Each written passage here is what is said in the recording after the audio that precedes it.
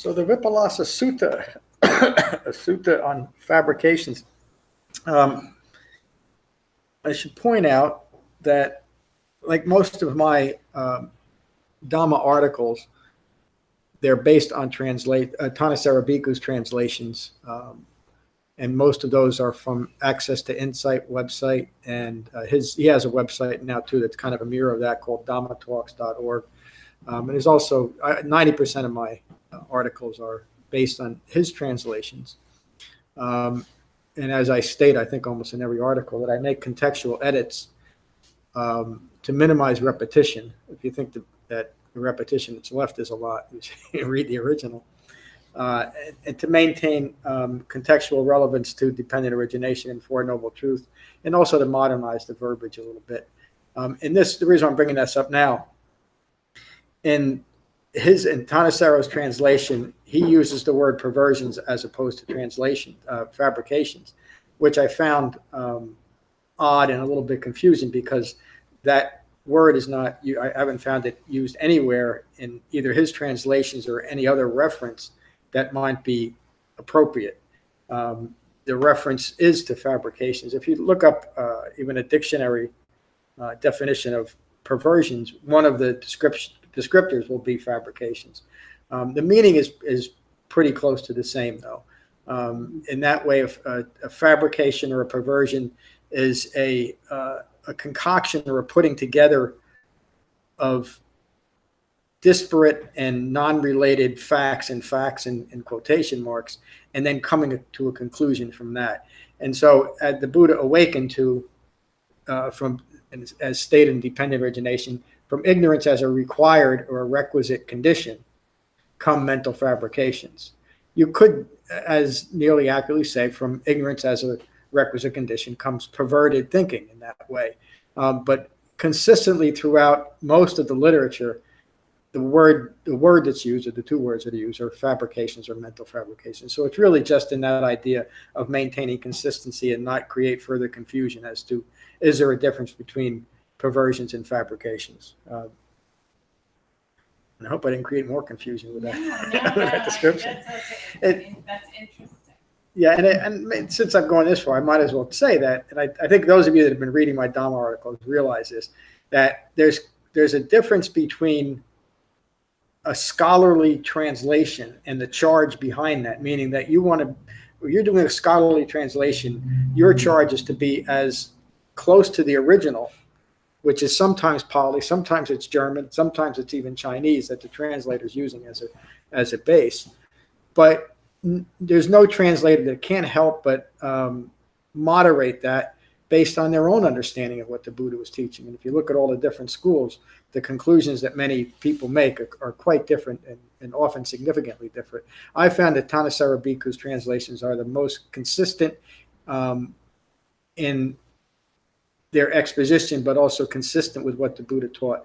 But even then, and again, remember, this is a scholarly translation, sometimes the contextual relevancy to dependent origination and Four Noble Truths is lost in that translation. So I hope to maintain that through every one of my contextual edits, if I can use the word. What's most important, and the thing that struck me when I started studying the suttas directly, is the consistent message that the Buddha presented, even in suttas that you had a hard time making the connection until you understood that everything the Buddha taught was in the context of dependent origination and Four Noble Truths.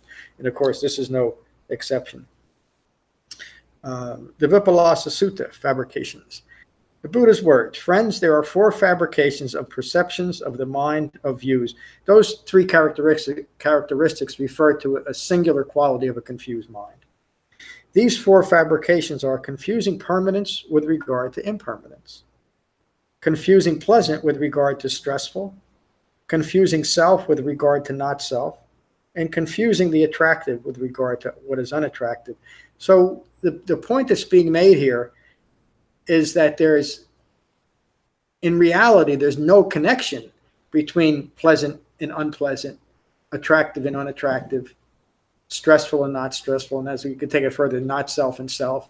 And it's really like the misapplication of dependent origination or dependent co-arising, that the word a modifier is used often to make it interdependent, co-arising and there's no relationship between the two words, but misunderstanding and misconstruing a relationship is really the problem. The problem of misunderstanding impermanence is that we try to make what is impermanent permanent. We try to make our views of what really don't constitute a self. We try to make what is ultimately unattractive attractive, so that we can maintain our connection to it, our clinging, our self-reference to it. Is that clear?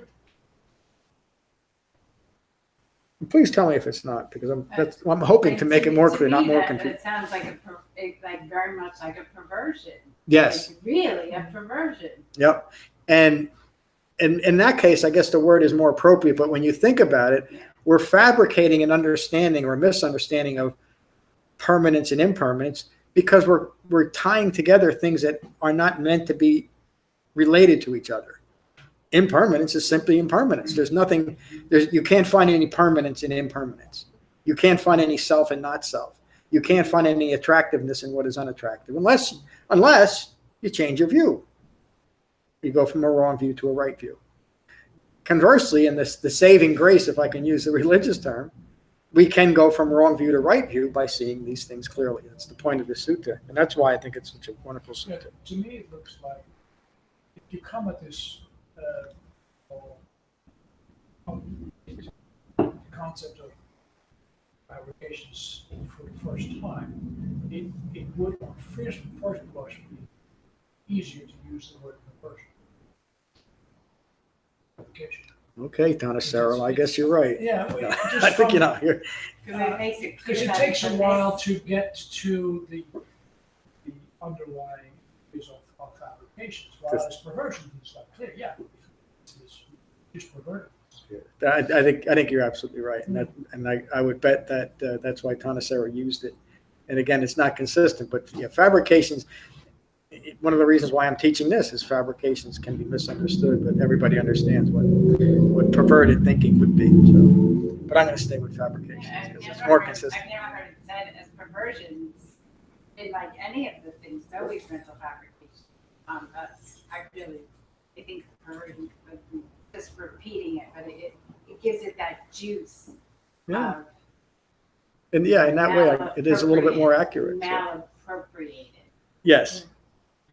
So these are the four perversions. These are the four fabrications. We all know what we're referring to now. These are the four fabrications of perception of the mind of views. And these are the four qualities of mind that are not fabricated or not perverted. Knowing impermanence as impermanence. Knowing stress as stress. Knowing not self is not self. Knowing what is unattractive is unattractive. What the Buddha is saying is we need to stop romancing things. Stress is stress, no matter how you look at it. How did the Buddha describe stress? Birth is stressful, aging is stressful, sickness is stressful, death is stressful. Not getting what is desired is stressful. Getting what is undesired is stressful. We all know that, don't we?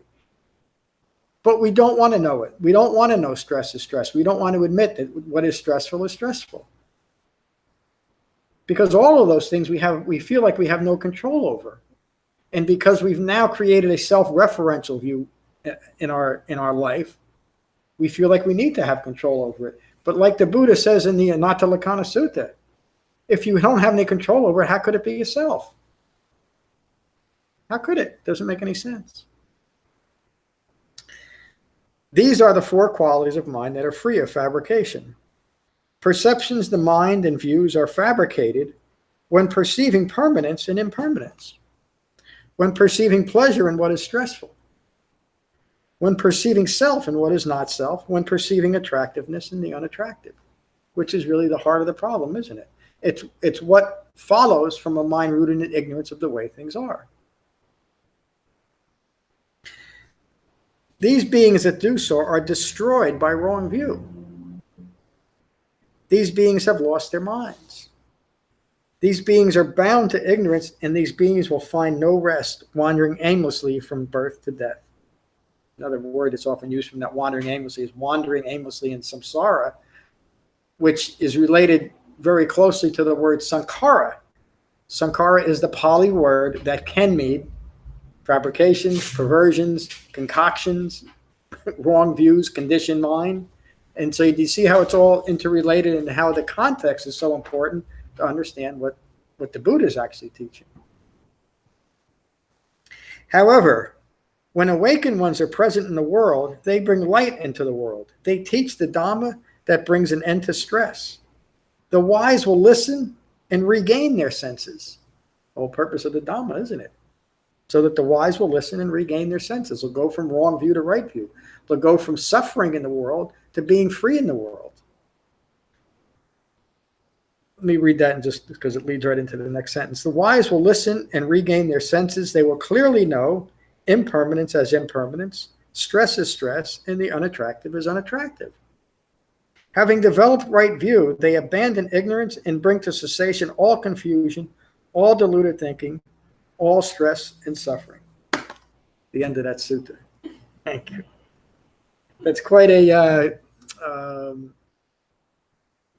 dramatic conclusion, isn't it, for that sutta? But it makes the point. The whole point of the Dhamma is to know these things. To know, the Buddha is also referring to, and I'm referring to, the three marks of existence here, isn't it? That's the insight that the Buddha teaches is gained through development of the Eightfold Path, a very specific insight. It's not insight into everything that arises. It's not insight into washing the dishes or anything like that. Insight into what is impermanent is impermanent. What is stressful is stressful. What is not self is not self. What is unattractive is unattractive. As we start developing the Dhamma, Lauren and I had a great discussion about this a little bit earlier. We have to start coming to grips with the idea that things that we felt were always attractive, because we implied permanence to these attractive things, are in fact unattractive simply because they're impermanent. The meditation on the charnel grounds, and I shouldn't even call it a meditation, the contemplation on the charnel grounds is a good example of this, and something that has been terribly misapplied in modern Buddhism, where the Buddha describes a decaying body after death. And people have taken that to, well, we should meditate on that. No, we shouldn't overemphasize it. But when you think about what happens to a body, even as it ages, and then certainly as soon as it dies, it starts decomposing, well, it'll become unattractive to us. We'll stop being so enamored with the physical form, and we'll understand the physical form as reality. It's a good tool to move through human life with, isn't it? But it's nothing to be attached to. So it's nothing to be enamored with. The fusion of attractiveness and unattractiveness always goes back to impermanence. Always, yeah. I had to think about that, but yeah, it's because of fabricating permanence where impermanence is, including whatever is giving us pleasure, that we create. Why otherwise would we not see unattractiveness as an impermanence? Yes, and do you see how that view is rooted in ignorance? Ignorance meaning we don't know something. We don't know the reality of impermanence. Do you see that? Is that because that's an important? Can you just push out what? Because we don't understand. Because we don't understand the true nature of impermanence. Excuse me. And the views that we do. What reason would we have to see something as attractive when in fact it is unattractive? What earthly reason would we have to do that? That we don't see that something that was once attractive has already turned, but don't want to see the impermanence of it. So we cling to this idea of that it's still attractive. There's nothing that we can find in the physical world. That's the world we live in. Now, we're not talking about mystical and magical here. It's part of the problem with much of modern Buddhism. A practical approach to life. There's not one thing that we can point to that stays, that lasts, that's permanent. Not one thing. And so the Buddha often described the problem of stress, right? Now take the broad overview. Stress is related to impermanence, is that we join with stress. Another way of saying that is we cling to those things that are stressful. We create identities over what we need, we think we need, to maintain our happiness and our pleasure, and our enjoyment and maybe our position and power in life. And we create aversion to anything that might take away from that. That's joining with stress because I need it. I want it this way. And because those views are rooted in ignorance of the way things truly are, it persists and ends up as creating, as the Buddha's words, all manner of confusion, deluded thinking, and ongoing suffering. And it's simply because we don't understand reality. So the big aha, the big understanding is just past that veil of ignorance, that veil of delusion that we have. Isn't the key to all of it accepting impermanence? Like, there's nothing wrong with being happy Oh, no. or pleasure, or like the sadness, the confusion, the delusion, the disappointment happens when you expect that beautiful blue sky to last forever. Yes. Mhm. Yes. So it's just not clinging to acceptive impermanence. Yes. And not introducing anatta. And not insisting that, not creating identities over certain conditions. Like, I have a friend of mine that they cannot stand rainy days. It just throws them into almost a depression because somewhere they got conditioned to believe that rainy days suck. Rainy days are just another. I mean, I like rainy days often, but I think what Mary just said, that you create anatta, all of a sudden stands in there and starts to make decisions and doesn't even exist. yeah, there's no foundation to it. And so that can't help but create more stress, can it? We're allowing, again, relating to wrong views and impermanence, we're allowing views rooted in ignorance of the way things are to run our life. There's always got to be disappointment. Lost their mind. Those Yeah. things have been destroyed. But the difference between a mind rooted in ignorance and a mind rooted in wisdom is within the same mind. That mind has recognized and abandoned the things rooted in ignorance. That's what the sutta is pointing to. It seems like, again, Lauren and I were talking about it, we talk about it a lot here. It seems like annihilation. Like, how can I live my life without having these views? It seems like almost nothing will be, I won't have any fun. I won't enjoy anything. It's really just the opposite. But you'll cease creating identities. You'll cease insisting that the world and your experience in the world be different than it possibly can be. It can't be that way. We can't create permanence of it. Destroying perverted reality. Yes, I'm not sure I really use the right word. It is a perverted reality that we insist, once we've created an identity about this perverted reality and are now clinging to it, how can we let it go? How can we even recognize it? Because we fooled ourselves in believing that it's real. That's the purpose of an Eightfold Path. It's not enough to just say, okay, I'm living in a perverted reality. I'll meditate 24 hours a day and that'll be enough. It's not enough.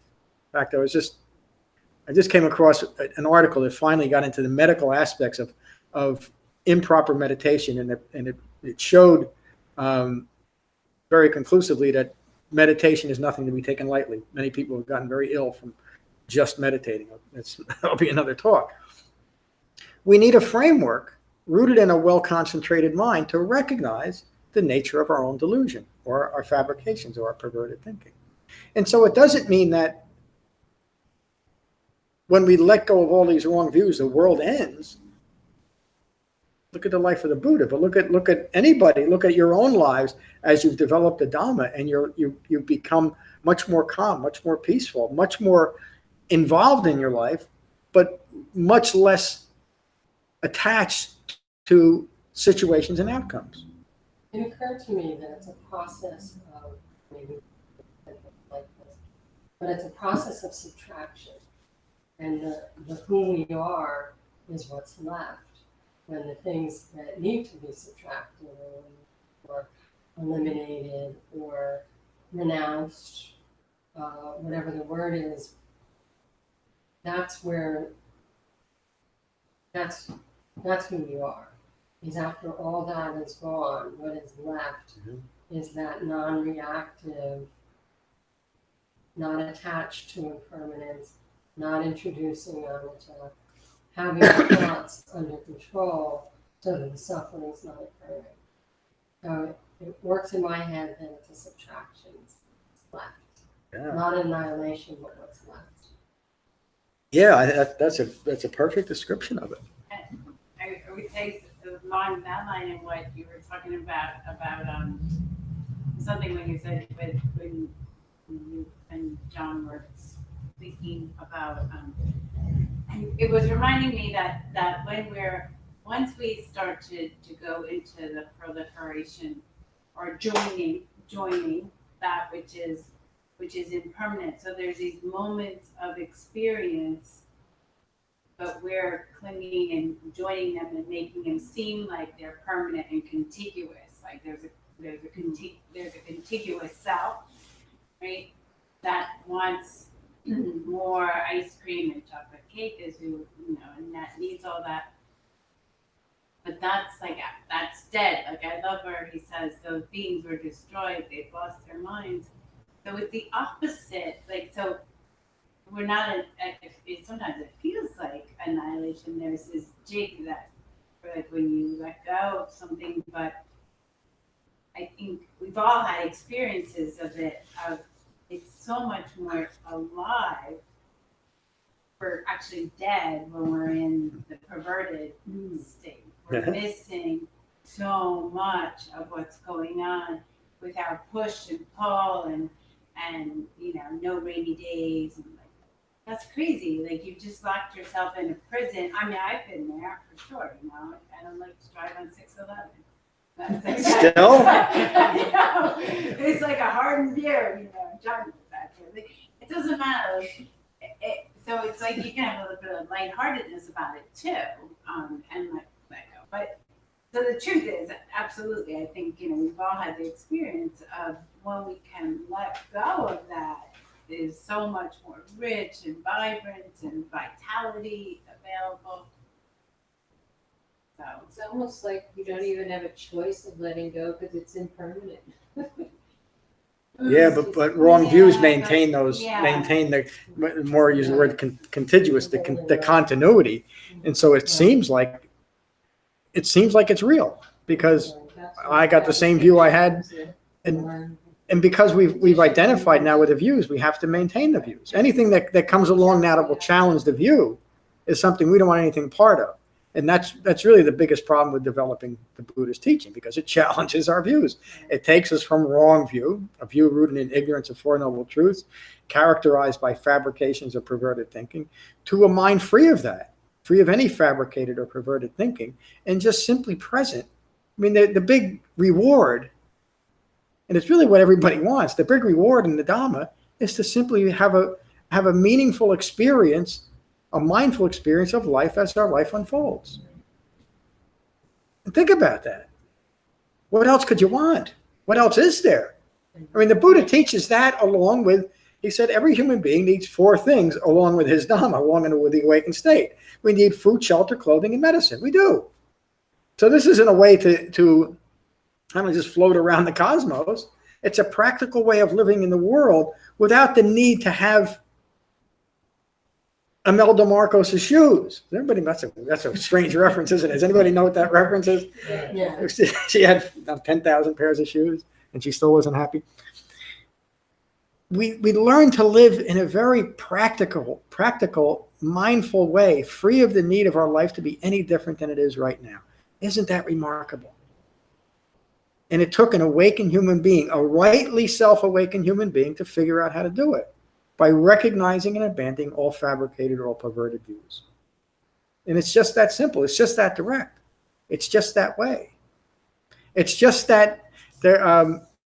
I don't know how many of you have ever read The Course in Miracles. It's an interesting read. There's an autobiography of Helen Schuckman called A Journey Without Distance. And the only reason I'm bringing it up is this is truly a journey without distance. It's within the same mind that's fabricated that awakening occurs. It's not to say that there's an inner Buddha nature or a Buddhahood or any of that. It just means that this Dhamma applies to who we and what we are in this present moment. And that's where we engage in it. Like that saying that I often say, that if you're in New York and you want to go to Chicago and you think you're in Los Angeles, you're not going anywhere. The Dhamma puts you in your place. It allows you to see what's going on in your own mind so that you can change it. In the Bhattacharya Sutta, the Buddha says you gain the ability to think what you want to think when you want to think it, which means you gain the ability to think what is appropriate to what's occurring. And so if it's a wonderful moment, if it's a beautiful sunrise or sunset, you're elated by it because you're present with it.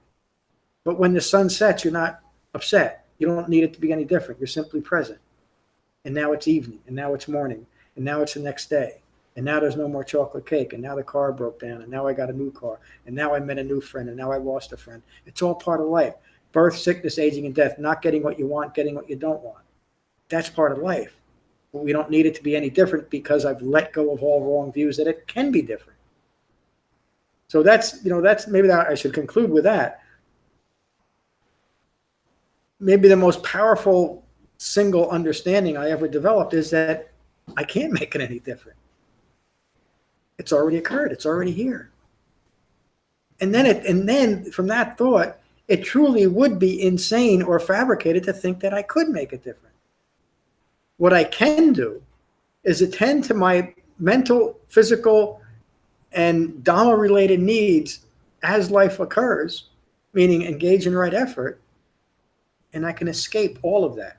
And I don't mean escape in a physical sense. I mean I can let it all go.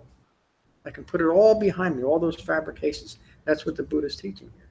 A remarkable teaching and a remarkable Dhamma and a remarkable Sangha to understand it. Any other questions or comments? And we'll go around the room too. One thing I was thinking is that you can't make what has just happened any different, but you can, in the choices you make in the next moment, you can make it different. Like let's say, Yes. the wrong thing happened, or an unhealthy thing, or an unskillful thing happened, or harmful, or, then it's right view that accepts what has happened, but has the wisdom to know what to do going forward so that those sort of things don't happen to you over and over. Right? Yeah, and that's true and useful knowledge. What you're describing, the process the Buddha went through, as he described it in the Gara Sutta. He came to an understanding of the results of wrong views and the suffering that it brought him. And it's from understanding it, from now developing right view, you can learn from it. So again, we're not abandoning our entire life or anything like that, but we are learning from the framework of the Eightfold Path, and now we're talking about the moral and ethical aspects of right speech, right action, and right livelihood by recognizing, by being mindful enough of when they're occurring to know how hurtful they are. And that if we continue to engage in that way, we're only continuing our own ignorance and suffering. Well, I think that's where some of the delusion and perversion occurs. When you know you're doing something that's unskillful, but you keep doing it, holding on to it, or making it permanent, or bringing self into it and repeating it, whether it's a lifestyle or any harmful behavior. Practice. Yeah, and you do it because you've joined with it. It's you. And even though you might know how, for years I lived in the bottom of a vodka bottle and some other chemicals too. But it never dawned on me that maybe, I'm sure it did occasionally, but it was I was so habituated to that I couldn't imagine not doing it, no matter how hurtful it was. And anybody that went through any type of addiction knows that. But we're all going through that. We're all creating stress and suffering in our lives by making choices rooted in ignorance. They might not be as exaggerated or grandiose as a compulsive person, but the results are the same, aren't they? And until we have a framework for recognizing that, and the Eightfold Path almost gives us the allowance to change our mind, because that's taking true refuge, isn't it? We understand that an awakened human being taught this. True refuge means that we've taken comfort and safety in something. And this awakened human being gave us his Dhamma to know how to do it. And that third refuge of having this incredibly supportive Sangha, it cannot be overlooked. It's part of that. I think next week I'm giving a talk on Vipallasa Sutta. And it's all by being mindfully observant of our own behavior in this framework of the Eightfold Path. Look at what you're doing. Yeah. David and I were listening to something or talking about something. Take a look at what you're doing. That is your practice. Jiddu Krishnamurti, that's what he said that in many of the talks that he gave. Look at the life you're living. But of course, he usually left out the framework for doing so. But that is what this is mindfulness. In this application, look at the life you're living. Be mindful of the impermanence of all things, the not self characteristic that's taken over our minds, and the resulting suffering because of it. Great. I heard Thanissaro speaker say that something like, if ask yourself if this is your last breath, have you done all the work you should be doing? And like that, like brings it really home. Like we contemplate death, and I know that like the death contemplations, or every day I'm always doing that. But like that question, if this is your last breath, is this decision you're gonna make like in the next moment really how you want to spend your time? Because it says think about where you've been, and this is something I don't know if this is true or not. I would have said this, but this came from Thanissara's mouth. But it said think about where you've been and think about where you're going. Something like this is terrible, but all the times your head has been chopped off as a cow. We don't have to believe in reincarnation. I'm just saying. As a cow, as a bird, as a murderer, as a this, as a that, and like all these things you've done, like where do you want to go?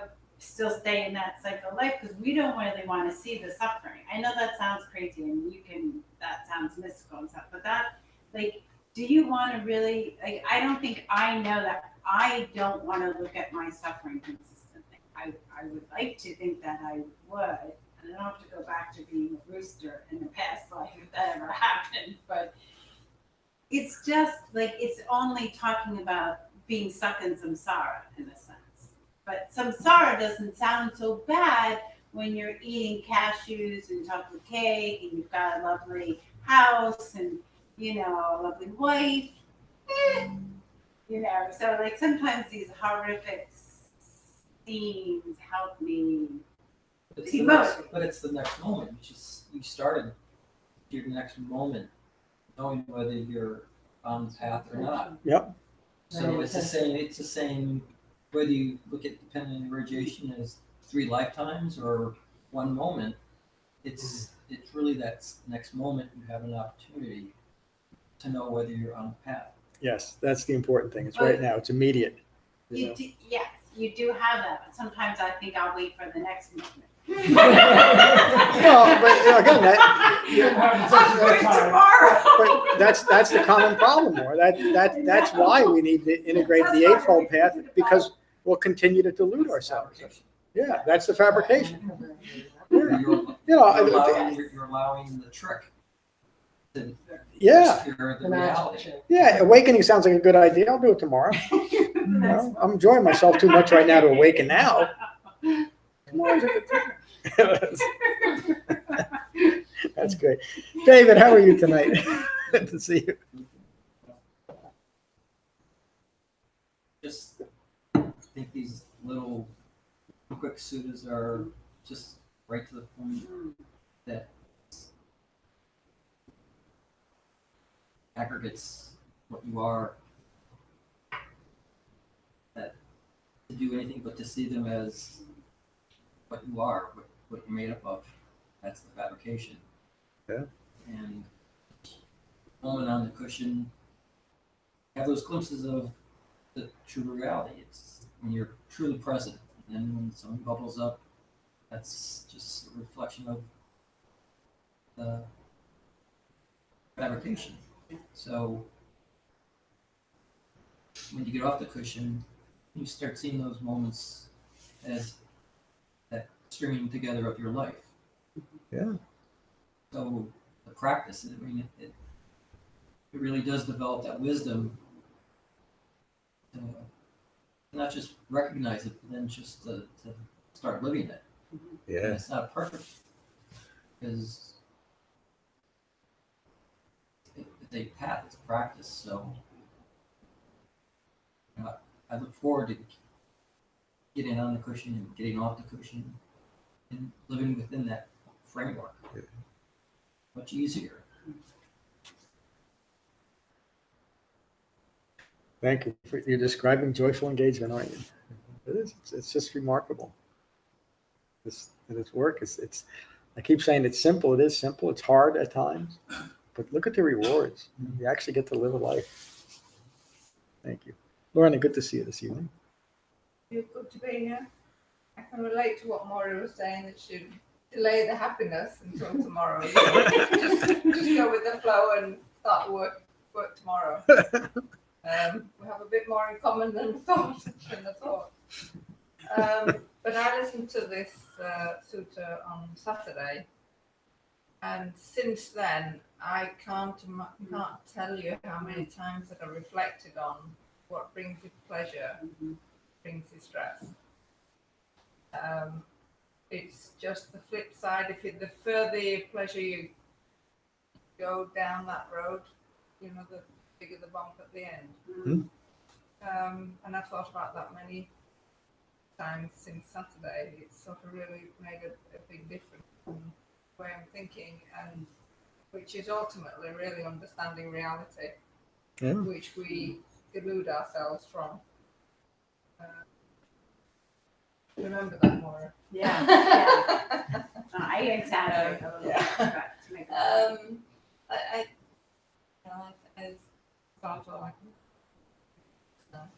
thought, and another thing I have been more conscious of as well, and I don't know if this is related or not. When you're meditating, there are, like David says, the times when you really get in the flow and you really abandon yourself and your anatta.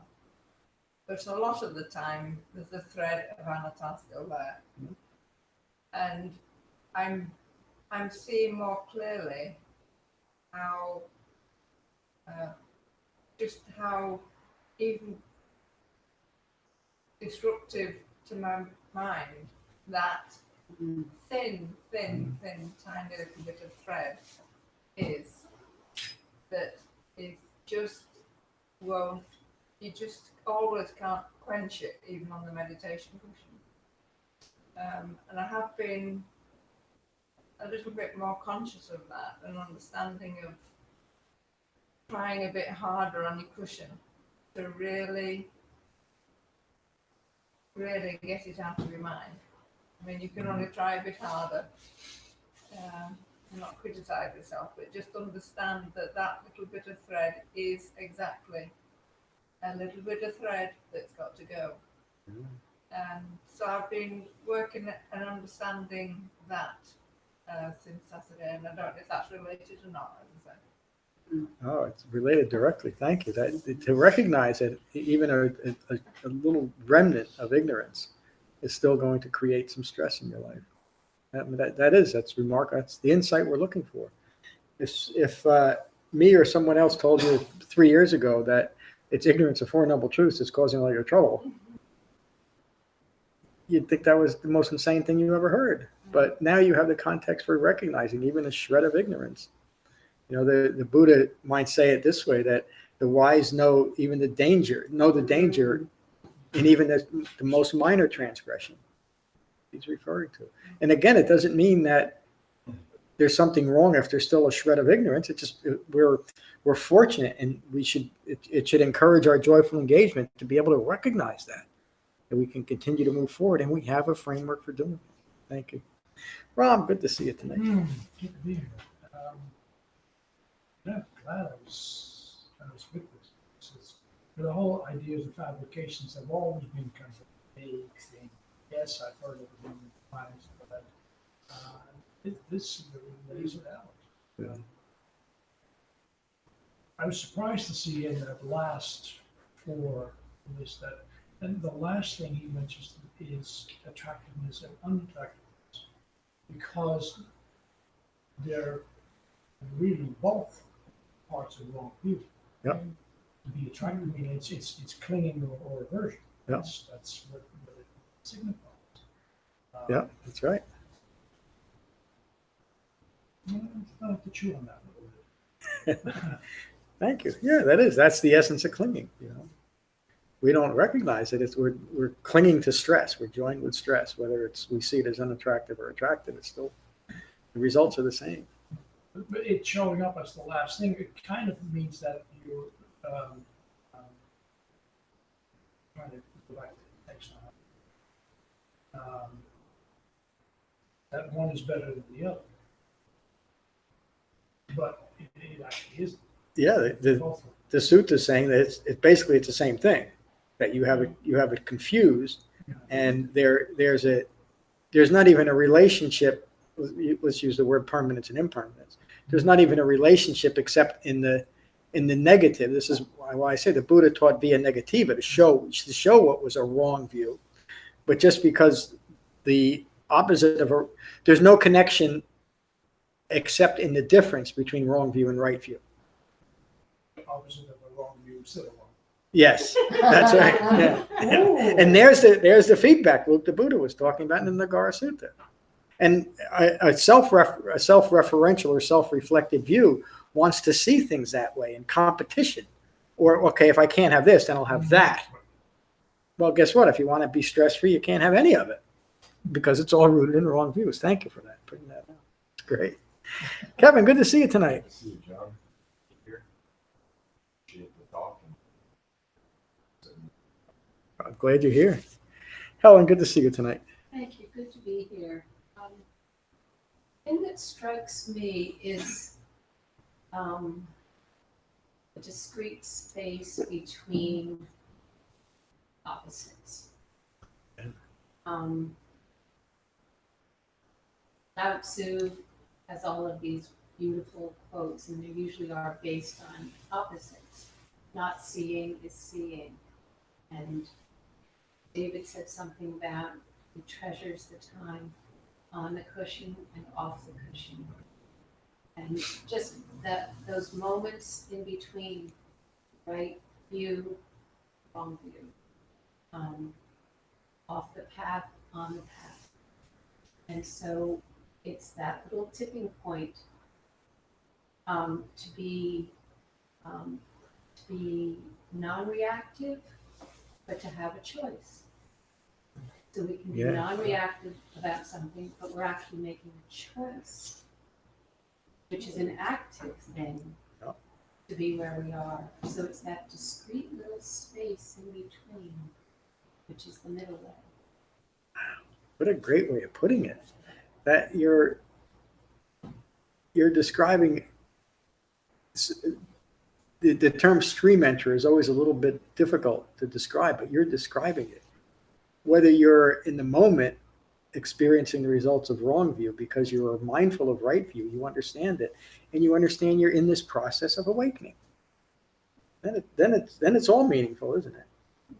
Thank you. Wonderful. Mary, good to see you tonight. Good to be here, John. Thank you for everyone. It occurred to me listening to Saturday, I think I've said something similar to this before, but just the importance of that this is a commitment, and whether it's called a spiritual practice or not, but it's a full practice of, certainly being here, but what you do in your meditation, the discipline that you bring to it, any reading or investigation that you can do to take your inquisitive mind further in your understanding in between Tuesdays, and really investing in it. And I don't mean to compare it to a religion at all, but some of the things that I valued as a child, being brought up in a specific spiritual practice, were the things that helped me return to my center. Different things that I was taught that helped me stay on a path, or view the world appropriately, or understand my parents, or understand the world, or right and wrong, things that all might carry heavier words to people today. But this kind of comes into that same portal for me. it's worth dedicating the time and the energy in order to reap the benefits, to have more of those moments where you're in a moment, you have poise and pause, and you're making the right choice. You're having a clear right view, and that right choice is something that's taking you closer to awakening versus something that might be pleasurable or attractive or other things that might be taking you that are, I'm making that your anatta is making that decision. And I certainly don't always put in, as much effort as I could, but I think that's can be a missing component if it's not fully integrated, and if you're willing to sort of take that next step for every day and investigation and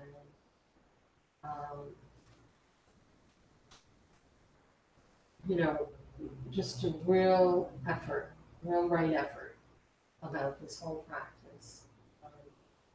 I just think that's always an opportunity for myself, for sure.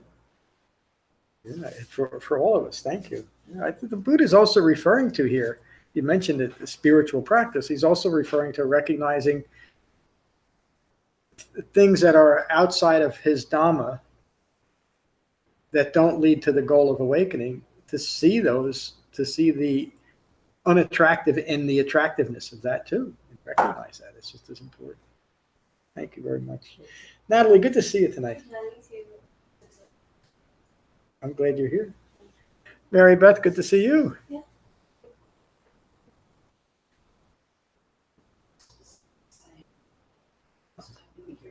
I'm glad you're here too. And you'll get back to me with a date or a couple of dates. Thank you. Maura, good to see you tonight. Good to be here. I'm just really, I agree with Ron and everything everybody else said. This sutta is just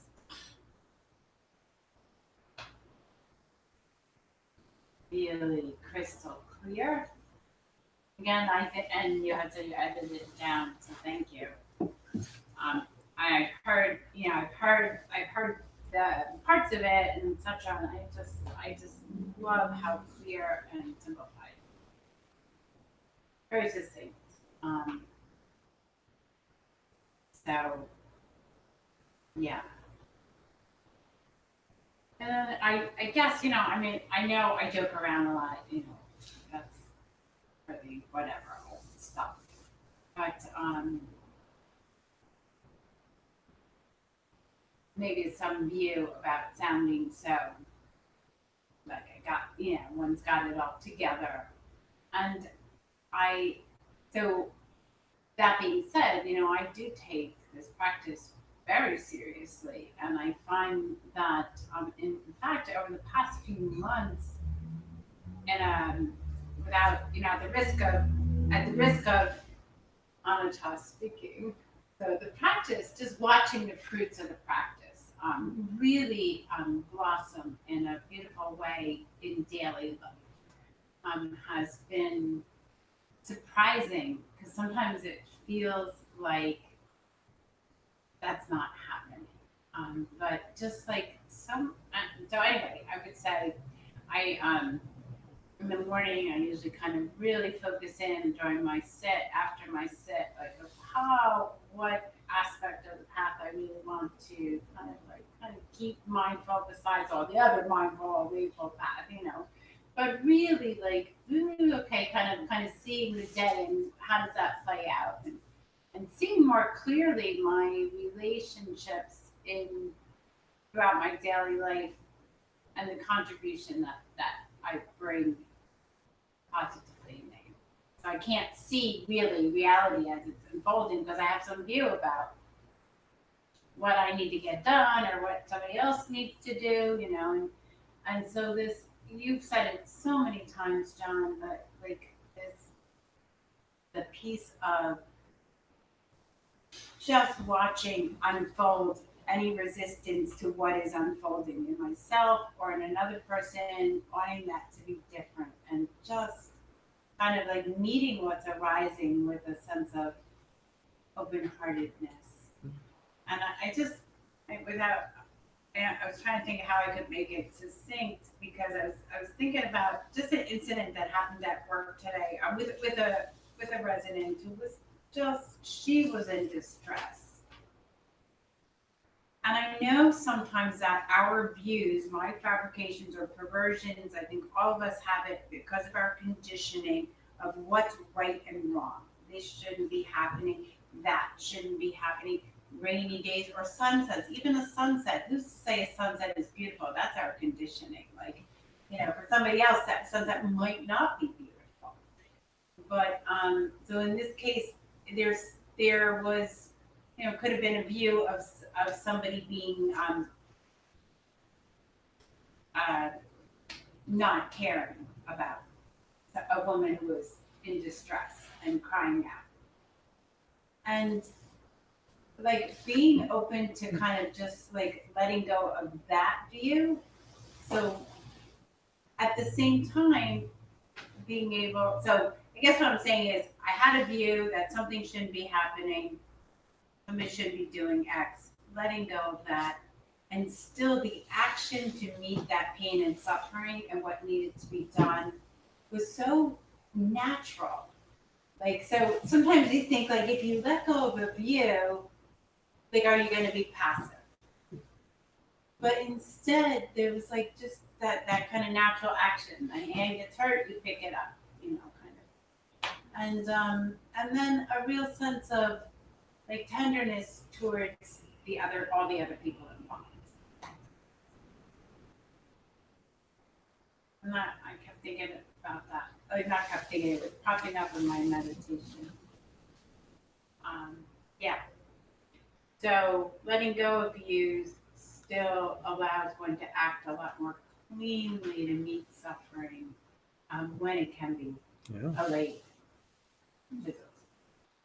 Yeah, thank you. It's curious that we think we need to maintain wrong views in order to take action in the world. It's the opposite.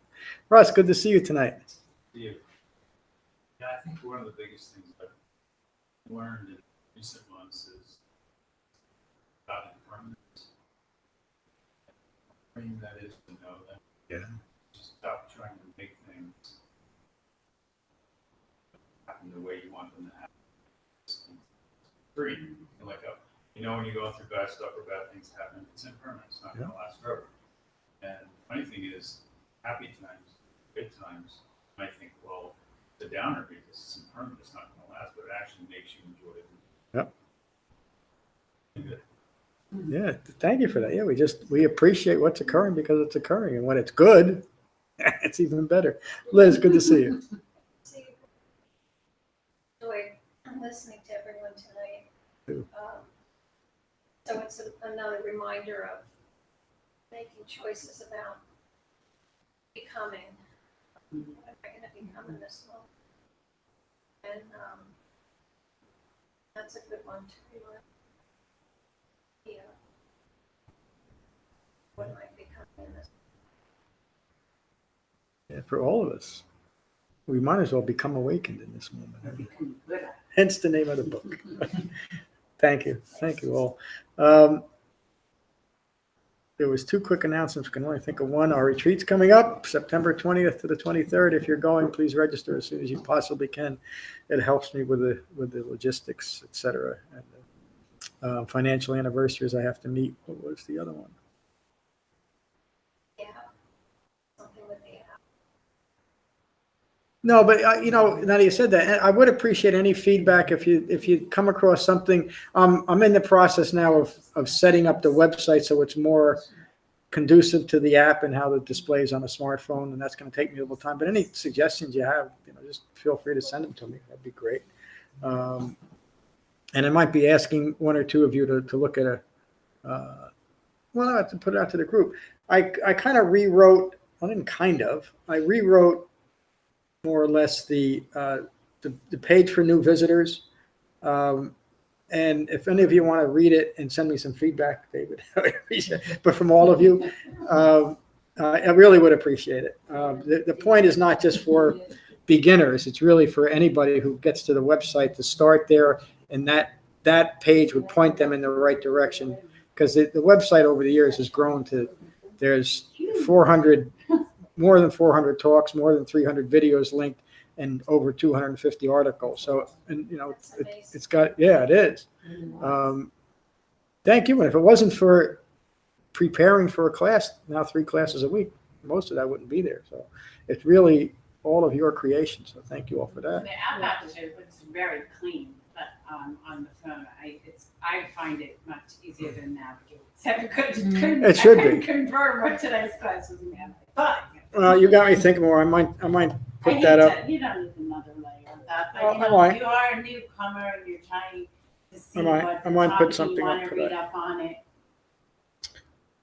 I might figure out. It's really just another thing that I have to put in each week, but I don't resent it. It's just, it does. I put a lot of time into that, but it's well worth it. Can't think of the other one, so we might as well finish. We'll finish with Metta. It's quite impressive. Thank you. Yeah, the problem still is with some of the web fonts. The fonts are still a little bit too big for a smartphone, but I'm working through that. But again, any suggestions you ever have, please send them to me. Not when I opened it. I don't know how good your eyeside is. To me, it was like, oh, it's Yeah, not too big was the thing. Well, yeah, but when Mr. Magoo is designing that, you got to be a little careful. And if I say it looks beautiful, it's not the aesthetics. It's just kind of clean and It is. easier, right? It's Beautiful. easier. What do you mean you don't like the aesthetics? Of course I do, but I used to over focus on that, and All the little boxes. yeah, but the content, like it just it feels more spacious and Good. very clear about where you're going. Yeah, but I guess the underlying design thought was to keep it as distraction free as possible because it's information. Get it out there. A lot of information. Yeah. It really is. It's. I mean, I know it sounds self-aggrandizing. It's a remarkable website.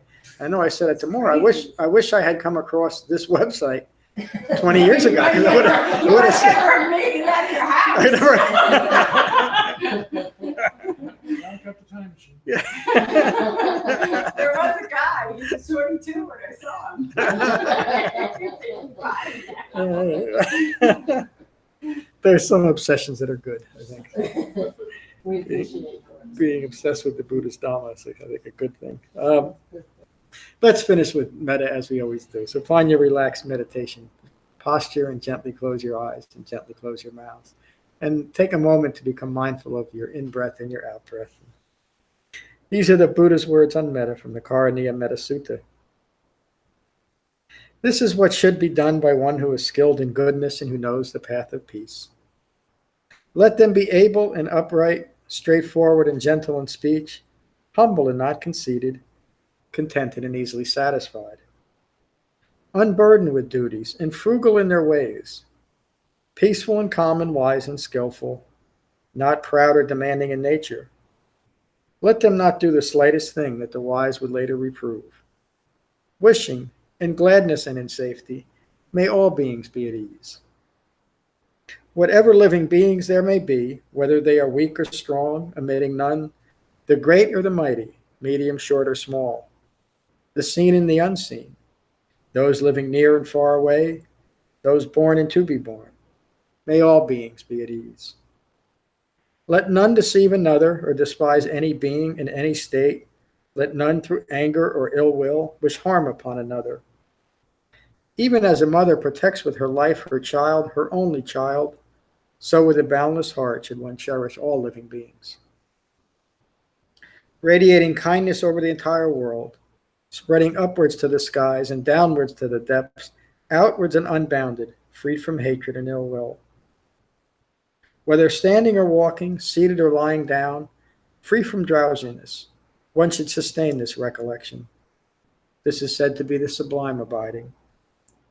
By not holding to fixed views, the pure-hearted one, having clarity of vision, being freed from all sense desires, is not born again into this world. Thank you all for a wonderful class tonight. Peace.